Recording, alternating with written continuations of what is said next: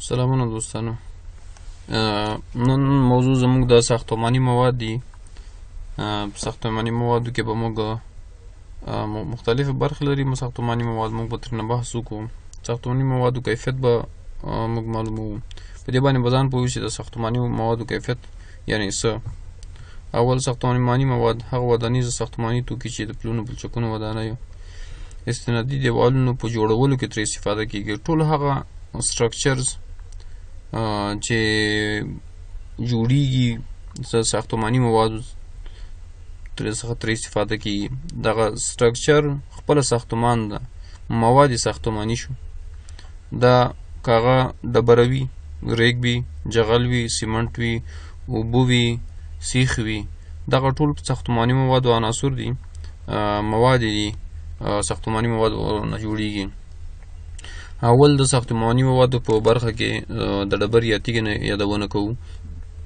اول باید چې موږ ځکه ساختماني مواد یو ساختمان جوړیږي دغه تهداب له ډبرې نه وي. لکه یو کور سو، د کور تهداب کانکریټ هم کېدی شي خو اکثر هغه نه وي، ډبرې نه وي. په ساختماني موادو کې لکه جغل کې یا لکه کرش په دې کې دا خپله هم تیږه میده سوې ده، تیږې نه جوړ ده، خپله د تیږه ده. اول راځو مکمل په تیږه باندې بحث کوو، خصوصیات بحث کوو، ضعیفه تیږه، قوي تیږه، ښه تیږه، بیکاره تیږه، مناسبه تیږه، کمزوري تیږه، دې ټول تیږه باندې بحث کوو. ډبره یا تیږه ډېر کلک ساختماني مواد دي چې په لاندې ځایونو کې ترې استفاده کیږي. لکه پلونو په جوړولو کې ترې استفاده کیږي. څنګه تهداب که میخین تهداب ورته ووهل سي پل ته، په هغه کې کرش اچول کېږي. کرش خپله تیږه ده. که خصوصیاتو باندې تیږه موږ بحث کوو. پلچکونه دي، پلچکونه هم چنان دیوالونه د هغه پلچکونو د تیږې نه جوړیږي. له پاسه بیا کانکریټ ورباندې اچول کېږي سلب. دغه سلب کې هم تیږې استعمالیږي. نور عناصر هم ورکې شامل دي ساختماني، خو یوه تیږه ده. تهدابونه دي، د کورونو تهدابونه دي، استنادي دیوالونو کې استفاده کېږي ترېنه. پیاده روونو کې خلک د ښکلا په خاطر لګوي، خلک دیوالو کې لګوي د ښکلا په خاطر باندې تیږه. تیږه مختلف ډولونه لري، خو دلته موږ د ساختماني تیږې نه بحث کوو. هغه تیږه چې په تهداب کې لګول کېږي، هغه یعنې ساختمان ورباندې ولاړ وي، کلکه تیږه وي، هغې څخه موږ بحث کوو. کورونو په جوړولو کې ترې استفاده کېږي. عموماً بعضې ځایونو کې ترېنه مکمل دیوال جوړېږي، بعضې ځایونو کې ترېنه خاص تهداب جوړېږي د ساختمان. بل په لښتیو د غاړو یعنې لښتي ترېنه جوړېږي د تیږه نه. لښتي د سړکونو په غاړه کې ویالې چې کومې دي د دې کې کانکریټونه هم جوړېږي، او زیاتره اقتصادي چې راځي دغه د تیږې دي. او داسې نورو ډېرو ځایونو کې چې تاسو په ورځني ژوند کې ورسره مخ کېږئ له تیږې څخه استفاده کېږي. بل راځو د ښې تیږې یا ډبرې ځانګړتیاوې کومې دي. ځانګړتیاوې باید چې ښه من حیث یو انجینر که چېرې ساحه کې ته مخ سوې، سلیکشن د تیږې راغی، ته به سر کوم تیږه انتخابوې. ممکن داسې حالت سره مخ سئ چې هلته د ښې تیږې په ځای باندې تاسو تفکیک ونه کوي چې دا ښه ده که بیکاره ده. د ښې په ځای باندې تاسو بیکار تیږې څخه استفاده کړې وي. په ځانګړتیاو باندې پوه شئ، بیا وروسته راځو مثال درته واضح کوم ورکې. ښه ډبر لاندې ځانګړتیاوې لري. ډېر سخت او د لویو ډبرو د ماتېدو څخه لاسته راغلی وي. ښه تیږه سخته وي، غټې غټې تیږې ماتې سوي وي، یا د غرونو فرض کړه د غره تیږه بهترینه تیږه داسې غر چې هغه کلکه تیږه ولري، سپینه تیږه ولري، کونج لرونکي او څو اړخیزه وي. کونجونه باید چې ولري تر څو چې د یوې تیږه د بلې تیږې د لوډ له اثره ونوځي، باید چې کونج ولري تر څو یو په بل باندې تکیه ووسي. درزونه باید ونه لري.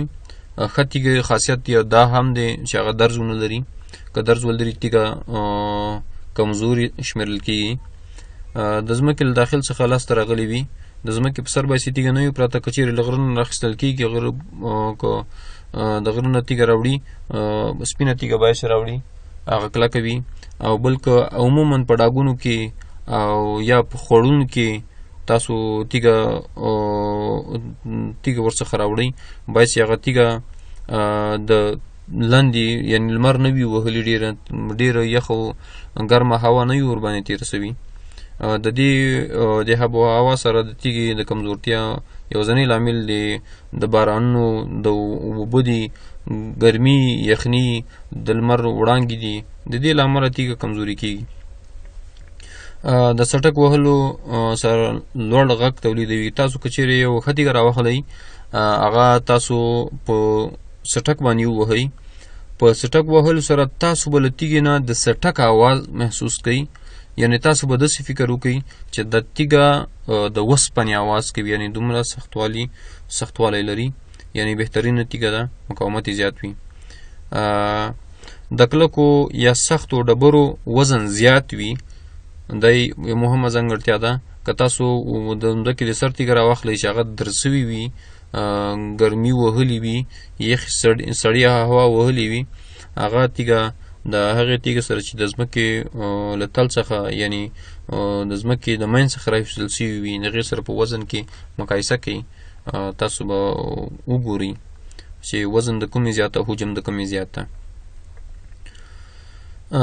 ښه ډبره نرم مواد لکه چونه او نور شړېدونکي مواد په ځان کې نه لري. دا یې خاصیت ده. نرم مواد نه لري ځکه هغه بیا د زیات بار لوډ لا سره هغه نرم مواد بېځایه کېږي، ماتېږي او ډبره تخریبېږي. ته که چېرې تهداب کې لګېدلي وي، دوړ ورباندې راځي، خرابېږي، تیږه ماتېږي، تهداب تخریبېږي. په اوبو کې د زیات وخت لپاره پاتې کېدو سره نه شړېږي. که چېرې موږ په ویالو کې یا په نهرونو په ډډو کې موږ هغه ولګوو، تیږه ولګوو، سنګکاري سیستم وکړو، هغه که کلکه تیږه وي، ښه تیږه وي، بهترینه تیږه وي، د زیات اوبو سره مخ کېږي، هغه نه خرابېږي. که چېرې کمزورې تیږه وي، په وخت په تېرېدو سره هغه تیږه تخریبېږي او ماتېږي، او هغه کوم یو پیمنټ کوونکاري شوې ده د نیر لپاره یا د تهداب کې چې استعمال شوي وي، هغه تخریبېږي. بل ثابت وزن لري، وزن یې متغیر نه وي. که د زیات وخت لپاره په اوبو کې واچول چې وزن نه زیاتوي، یعنې اوبه نه جذبوي، دا یې بل عمده لامل ده چې د بهترین یا کلکې تیږې خاصیت دی. بل د کمزوري یا د نامناسب یا نه استعمالېدونکي تیږې یا ډبرې ځانګړتیاوې کومې دي؟ هغه ډبرې یا تیږې چې موږ هغه که استعمال هم کو، یعنې ګټه نه لري په آینده کې، یعنې آینده نه لري، په دې خاطر باندې موږ ورته کمزور یا نامناسبه تیږه وایي. مناسبه نه ده، نامناسبه ده. او ښه تیږه یا مناسبه تیږه چې موږ مناسبې تیږې نه موږ عموما په ساختمان کې استفاده کوی شو، کرش ترن جوړوی شو، تهداب کې استعمالوی شو، استنادي دیوالونو کې تر استفاده کېدی شي. او د نامناسب یا کمزوري تیږې څخه بیا مناسب کوم استفاده ترې نه وهم شي، نو ګټه نه لري، تر وخته پورې کار کوي، هغه نه وروسته بیا تخریبېږي.